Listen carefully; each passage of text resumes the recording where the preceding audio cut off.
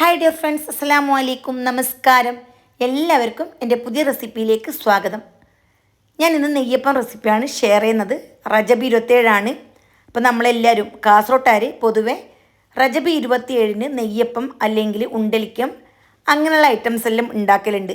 അപ്പോൾ നെയ്യപ്പം ഉണ്ടാക്കാൻ ആഗ്രഹിക്കുന്നവർക്ക് വളരെ എളുപ്പത്തിൽ തന്നെ നമ്മുടെ കാസർഗോട്ടൻ നെയ്യപ്പമാണ് ഞാൻ ഷെയർ ചെയ്യുന്നത്. ഇതിനു വേണ്ടി 250 ml മെഷർമെൻറ്റ് കപ്പിൽ 1.5 കപ്പ് പച്ചരി ഞാൻ 4 മണിക്കൂർ മുമ്പേ തന്നെ കുതിരാൻ വെച്ചിട്ടുണ്ടായിരുന്നു. നല്ല പോലെ കുതിർന്ന് വന്നതിന് ശേഷം വീണ്ടും ഒരു പ്രാവശ്യം കഴുകി അരിപ്പയിൽ വെള്ളം വാലാൻ വേണ്ടി വെച്ചിട്ടുണ്ട്. ഇനി നമുക്കിത് അരച്ചെടുക്കണം. അപ്പോൾ അരച്ചെടുക്കാൻ വേണ്ടി മിക്സിയുടെ ജാറിലാണ് ഞാൻ അരച്ചെടുക്കുന്നത്. ഇനി അരിയെല്ലാം മിക്സിയുടെ ജാറിലേക്ക് ഇട്ട് കൊടുക്കണം. ഈ നെയ്യപ്പം വളരെ പെട്ടെന്ന് തന്നെ ഉണ്ടാക്കാൻ പറ്റും, കുറേ ടൈമൊന്നും വേണ്ട. പിന്നെ ഇതിലേക്ക് 3/4 കപ്പിൽ നിന്നും 2 ടേബിൾ സ്പൂൺ കുറവായിട്ട് ചോറിട്ട് കൊടുത്തിട്ടുണ്ട്. ഇനി ഇതേ കപ്പിൽ 1/2 കപ്പ് പച്ച തേങ്ങ എടുത്തിട്ടുണ്ട്.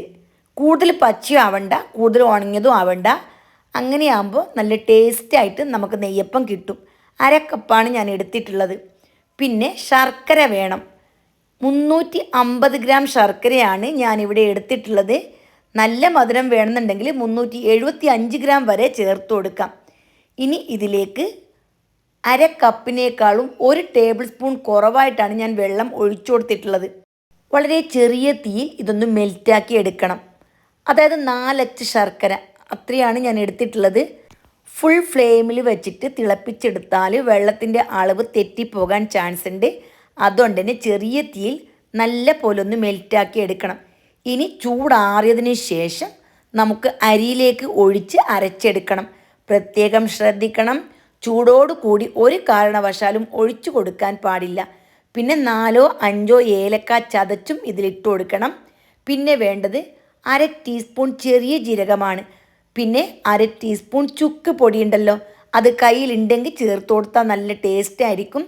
ഇനി ആവശ്യത്തിനുള്ള ഉപ്പ് 1/4 ടീസ്പൂണിനും 1/2 ടീസ്പൂണിനും ഇടയിലാണ് ഉപ്പ് ഇട്ട് കൊടുത്തിട്ടുള്ളത്. അത് നിങ്ങളുടെ ടേസ്റ്റ് അനുസരിച്ച് നിങ്ങൾക്ക് മാറ്റം വരുത്താം.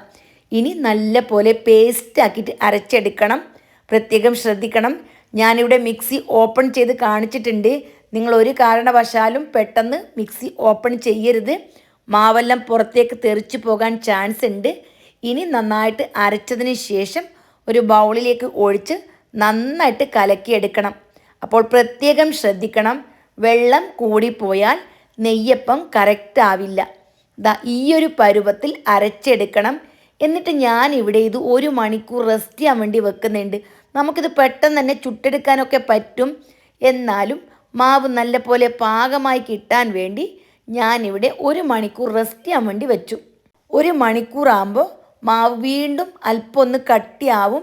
കട്ടിയായിട്ടുണ്ടെങ്കിൽ 1/2 ടേബിൾ സ്പൂൺ വെള്ളം ഒഴിച്ചു കൊടുക്കുക. കട്ടിയായിട്ടില്ല എങ്കിൽ ഒഴിച്ചു കൊടുക്കേണ്ട ആവശ്യമില്ല. പിന്നെ ഇതിലേക്ക് വേണ്ടത് എള്ളാണ്. 1 ടേബിൾ സ്പൂൺ എള്ളും കൂടി ചേർത്ത് കൊടുത്തു. പിന്നെ ഇതിലേക്ക് നിങ്ങൾക്ക് തേങ്ങാക്കൊത്തൊക്കെ വേണമെന്നുണ്ടെങ്കിൽ നെയ്യിൽ മൂപ്പിച്ച് ചേർത്ത് കൊടുക്കുക. പൊതുവെ ഞങ്ങളുടെ നാടൻ നെയ്യപ്പത്തിൽ തേങ്ങാക്കൊത്ത് ചേർക്കലില്ല, അതുകൊണ്ട് ഞാനിപ്പോൾ ചേർക്കാണ്ടാണ് ചുട്ടെടുക്കുന്നത്. ഇനി ഒരു ഇരുമ്പിൻ്റെ ചീനച്ചട്ടിയിൽ എണ്ണ ഒഴിച്ചതിന് ശേഷം നന്നായിട്ട് ചൂടാക്കി എടുക്കണം. ഓവർ ചൂടാവാൻ പാടില്ല, ആ കാര്യം ശ്രദ്ധിക്കണം. എന്നിട്ട് ഒരു തവി മാവ് ഒഴിച്ചു കൊടുത്ത് വെറുതെ വിടുക. ഒരു 30 സെക്കൻഡ് ആകുമ്പോൾ മേലോട്ട് പൊങ്ങി വരും. എന്നിട്ട് വീണ്ടും ഒരു 15 സെക്കൻഡിന് ശേഷം തിരിച്ചിട്ട് കൊടുത്താൽ മതി. ഇവിടെ നല്ല പോലെ പൊങ്ങി വന്നിട്ടുണ്ട്. വേണമെന്നുണ്ടെങ്കിൽ തിളച്ച എണ്ണ ഉണ്ടല്ലോ, ഇതേപോലെ മുകളിലേക്ക് ആക്കി കൊടുക്കാം. ഒരു ഭാഗം കുക്കായിന്ന് തോന്നിയാൽ നമുക്കിത് തിരിച്ചിട്ട് കൊടുക്കാം. എന്നിട്ട് അടിഭാഗവും ഗോൾഡ് കളർ ആവണം, ആ വരെ നമുക്കിത് ഫ്രൈ ചെയ്തെടുക്കാം. അപ്പോൾ പ്രത്യേകം ശ്രദ്ധിക്കണം, മീഡിയം ടു ലോ ഫ്ലെയിമിലാവണം നമ്മുടെ തീ കൂടിപ്പോയാൽ പെട്ടെന്ന് തന്നെ ഈ നെയ്യപ്പുണ്ടല്ലോ ഒരു കോടിയ പോലെ ആവും, അതായത് ഷേപ്പ്ലെസ് ആയിട്ട് മാറും. അങ്ങനെ ആയാൽ പെർഫെക്റ്റ് ആയിട്ട് നെയ്യപ്പം ഉണ്ടാക്കാൻ പറ്റില്ല. ഇതിൽ പ്രത്യേകം ശ്രദ്ധിക്കേണ്ടത് തീയുടെ കാര്യമാണ്. മാവ് ഒഴിക്കുന്ന സമയത്തും തീ കൂടുതൽ ഉണ്ടാവാൻ പാടില്ല. എന്നിട്ട് വീണ്ടും മാവ് ഒഴിച്ച് നമുക്കിതേപോലെ തന്നെ ചുട്ടെടുക്കാം. തീയുടെ ലെവൽ കറക്റ്റാണെങ്കിൽ മാവ് ഒഴിച്ചാൽ ഒരു 30 സെക്കൻഡ് ആകുമ്പോൾ നെയ്യപ്പം മുകളിലേക്ക് പൊന്തി വരും. തീ കൂടിപ്പോയാൽ മുകളിലേക്ക് പൊന്തി വരുന്നതിന് പകരമായിട്ട് അതിൻ്റെ ഷേപ്പെല്ലാം ഒരു ഉണ്ട പോലെയായിട്ട് മാറും. ഒരു ചിരട്ടയുടെ ഒരു ഷേപ്പിലേക്ക് വരും. അപ്പോൾ അങ്ങനെയാകുമ്പോൾ പ്രത്യേകം ശ്രദ്ധിക്കുക, തീ കൂടിപ്പോയിന്ന്. പെട്ടെന്ന് തന്നെ തീ ചെറുതാക്കിയിട്ട് ആ നെയ്യപ്പം ശരിയല്ലെങ്കിൽ നമുക്ക് എടുത്ത് മാറ്റി വീണ്ടും ഒന്ന് ചുട്ടെടുക്കാം. ഓക്കെ അല്ലേ? ഇനി എല്ലാം ഇതേപോലെ തന്നെ ചുട്ടെടുക്കാം. നെയ്യപ്പത്തിൽ ശ്രദ്ധിക്കേണ്ടത് ഒന്ന് വെള്ളത്തിൻ്റെ കാര്യമാണ്, രണ്ടാമത് തീയുടെ കാര്യം. ഞാനിവിടെ 1 മണിക്കൂർ റെസ്റ്റ് ചെയ്യാൻ വെച്ചിട്ടാണ് നെയ്യപ്പം ചുട്ടെടുത്തത്. അതുകൊണ്ടാണ് ഇതിൻ്റെ സൈഡെല്ലാം നന്നായിട്ട് ക്രിസ്പിയും അതേപോലെ മുകൾ ഭാഗം നല്ല ബോൾ പോലെ പൊന്തിയും കാണുന്നത്. ഇങ്ങനെ ക്രിസ്പി ആയിട്ട് സൈഡ് കിട്ടാൻ വേണ്ടിയിട്ടാണ് റെസ്റ്റ് ചെയ്യാൻ വെച്ചത്. അതല്ലാന്നുണ്ടെങ്കിൽ നിങ്ങൾക്ക് പെട്ടെന്ന് തന്നെ ചുട്ടെടുക്കുകയും ചെയ്യാം. ഞാൻ ബാക്കിയുള്ളതും ഇതേപോലെ ചുട്ടെടുക്കുന്നുണ്ട്. ഇനി നിങ്ങൾക്ക് നെയ്യപ്പം ചുട്ട് ശരിയാവുന്നില്ല എന്ന് വിചാരിക്കുക, ഒരു 1/4 കപ്പ് മൈദയും കൂടി ചേർത്തിട്ട് കലക്കിയെടുത്താൽ മതി. ചിലപ്പോൾ വെള്ളം കൂടിപ്പോയെന്ന് തോന്നിയാലും ഇതേപോലെ മൈദ ചേർത്താൽ നന്നായിട്ട് ചുട്ടെടുക്കാൻ പറ്റും. നമ്മുടെ കാസർഗോട്ട നെയ്യപ്പത്തിൽ മൈദ ചേർക്കലില്ല, അതുകൊണ്ടാണ് ഞാൻ മൈദ ചേർക്കാണ്ട് ഈ റെസിപ്പി ചെയ്ത് കാണിച്ചത്.